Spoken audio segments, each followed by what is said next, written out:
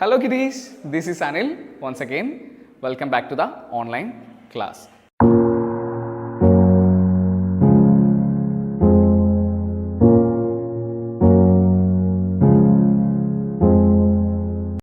Hello everyone, we had started a new chapter named Song of the Rain by Khalil Gibran on the last video, and we explained up to 5 stanzas of the poetry.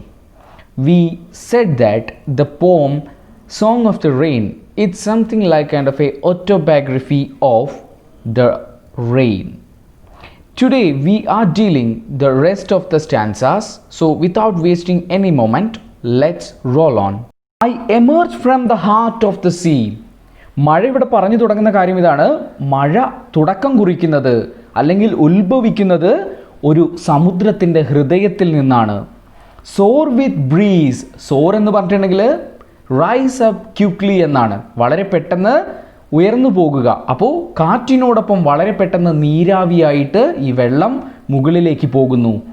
When I see a field in need, ഞാൻ മുകളിൽ നിന്ന് ആകാശത്തിൽ നിന്ന് താഴേക്ക് നോക്കുമ്പോൾ എന്നെ ആവശ്യമായിട്ടുള്ള സ്ഥലങ്ങൾ, പ്ലേസുകൾ ഏതൊക്കെയാണോ, ഐ ഡിസെൻഡ് ആൻഡ് എംബ്രേസ്, ഞാൻ താഴേക്ക്, ഡിസെൻഡ് എന്ന് പറഞ്ഞാൽ താഴേക്ക് വരിക, ഞാൻ താഴേക്ക് വരുന്നു. ആൻഡ് എംബ്രേസ്, ആലിംഗനം ചെയ്യുന്നു. The flowers and the trees in a million little ways, താഴേക്ക് വരുന്നു, എന്നിട്ട് ഇവിടെയുള്ള പൂക്കളെയും മരങ്ങളെയുമൊക്കെ ഞാൻ ആലിംഗനം ചെയ്യുന്നു, കെട്ടിപ്പിടിക്കുന്നു. ഇൻ മില്യൺ ലിറ്റിൽ വേസ്, ലക്ഷക്കണക്കിന് മഴത്തുള്ളികളായി പെയ്തിറങ്ങിക്കൊണ്ട്. I touch gently at the windows with my soft fingers, ഞാൻ നിങ്ങളുടെ ആ ജനൽപ്പാളികളിൽ ഇടയ്ക്ക് വന്ന് തട്ടാറുണ്ട് എൻ്റെ മൃദുലമായ വിരലുകൾ കൊണ്ട്. ആൻഡ് മൈ അനൗൺസ്മെൻറ്റ്, എൻ്റെ ശബ്ദം ഈസ് എ വെൽക്കം സോങ്, ഒരു സ്വാഗത ഗാനമാണ്. ഓൾ ക്യാൻ ഹിയർ, എല്ലാവർക്കും അത് കേൾക്കാൻ വേണ്ടി പറ്റും.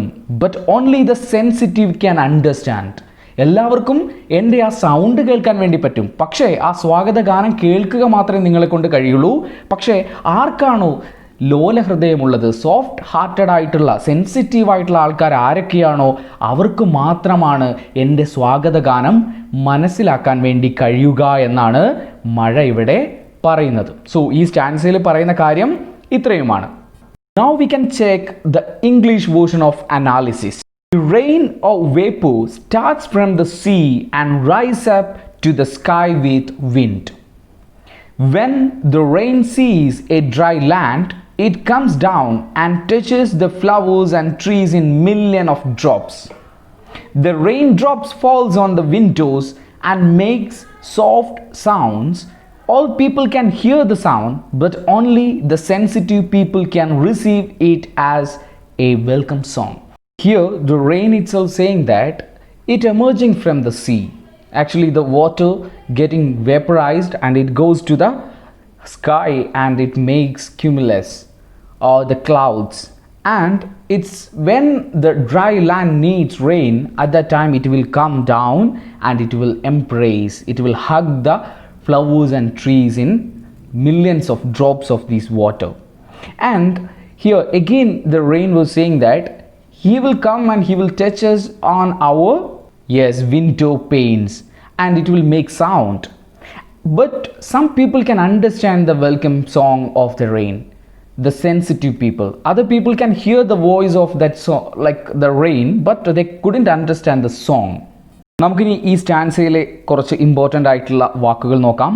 എമേർജ്, എമേർജ് എന്ന് പറഞ്ഞാൽ appear, come up, start. Emerge എന്ന് പറഞ്ഞാൽ പ്രത്യക്ഷപ്പെടുക അല്ലെങ്കിൽ സ്റ്റാർട്ട് ചെയ്യുക, തുടങ്ങുക എന്നതൊക്കെയാണ് അതിൻ്റെ അർത്ഥം. സോർ, റൈസ് ക്വിക്ലി, വളരെ പെട്ടെന്ന് തന്നെ എഴുന്നേൽക്കുക അല്ലെങ്കിൽ ഉയർന്നു പോവുക എന്നുള്ളതാണ് അതിൻ്റെ അർത്ഥം. ഡിസെൻഡ്, കം ഡൗൺ, താഴേക്ക് വരിക.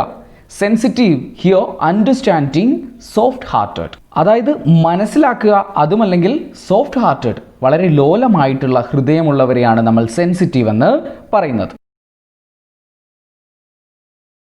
The heat in the air gives birth to me, but in turn I kill it. As woman overcomes man with the strength she takes from him. I am a sigh of the sea, the laughter of the field, the tears of heaven. മഴ വീണ്ടും പറയുന്നു, the heat in the air gives birth to me. അന്തരീക്ഷത്തിലെ ചൂടാണ് എനിക്ക് ജന്മം നൽകുന്നത്.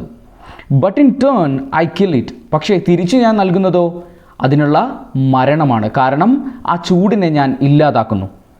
As woman overcomes man with the strength she takes from him. ഒരു സ്ത്രീ എങ്ങനെയാണോ പുരുഷനിൽ നിന്ന് ധൈര്യവും ശക്തിയും ആർജിച്ച് അവനെ കീഴ്പ്പെടുത്തുന്നത്, അതുപോലെ ഞാൻ ആ ചൂടിൽ നിന്ന് പുനർജനിക്കുകയും അതിനോടൊപ്പം ആ ചൂടിനെ ഇല്ലാതാക്കുകയും ചെയ്യുന്നു. I am the sigh of the sea. ഞാൻ കടലിൻ്റെ നെടുവീർപ്പാണ്. The laughter of the field. ഭൂമിയുടെ ചിരിയാണ് ഞാൻ. The tears of heaven.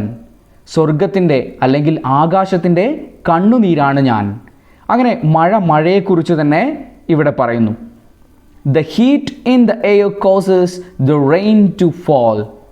അന്തരീക്ഷത്തിൽ ഈ ചൂടാണ് സത്യത്തിൽ മഴയെ പെയ്തിറങ്ങാൻ സഹായിക്കുന്നത്.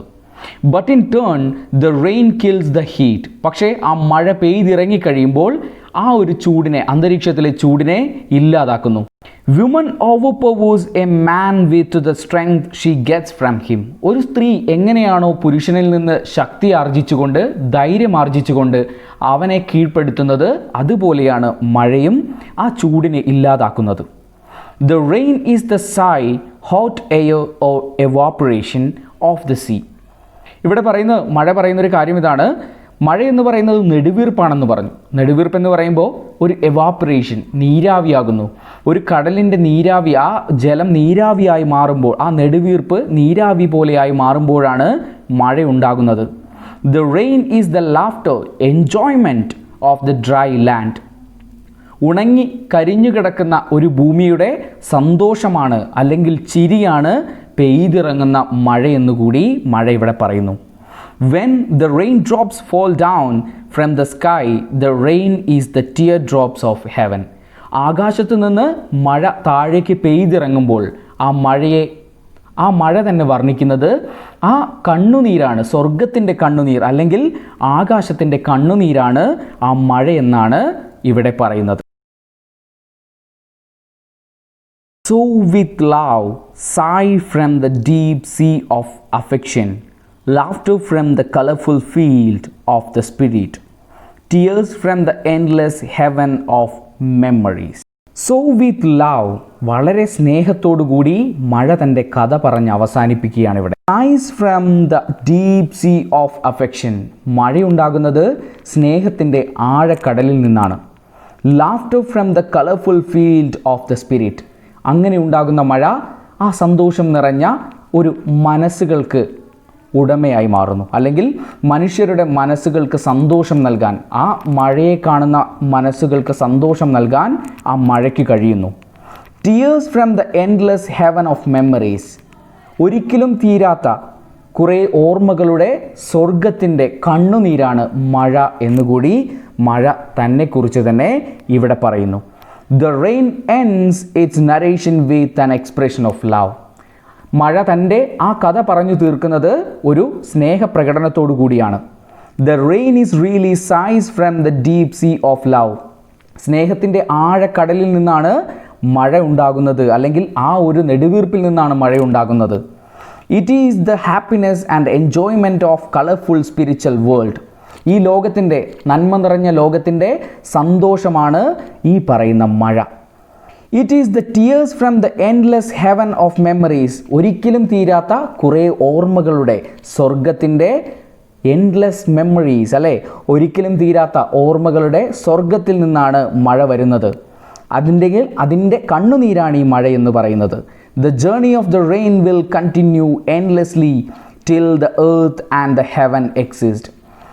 ആകാശവും ഈ ഭൂമിയും ഈ ലോകത്ത് നിലനിൽക്കുന്നിടത്തോളം, അല്ലെങ്കിൽ ഈ സ്വർഗവും ഭൂമിയും ഒക്കെ നിലനിൽക്കുന്നിടത്തോളം മഴ ഇവിടെ പെയ്തിറങ്ങിക്കൊണ്ടേയിരിക്കുമെന്നാണ് ഇവിടെ കവി പറഞ്ഞു നിർത്തുന്നത്. Dear students, I hope that you guys understood the poem very well. Actually, we dealt the poem in two languages, in English and both Malayalam. മലയാളത്തിലും ഇംഗ്ലീഷിലുമായിട്ടാണ് നമ്മൾ ഈ കവിത ഡീൽ ചെയ്തിരിക്കുന്നത്.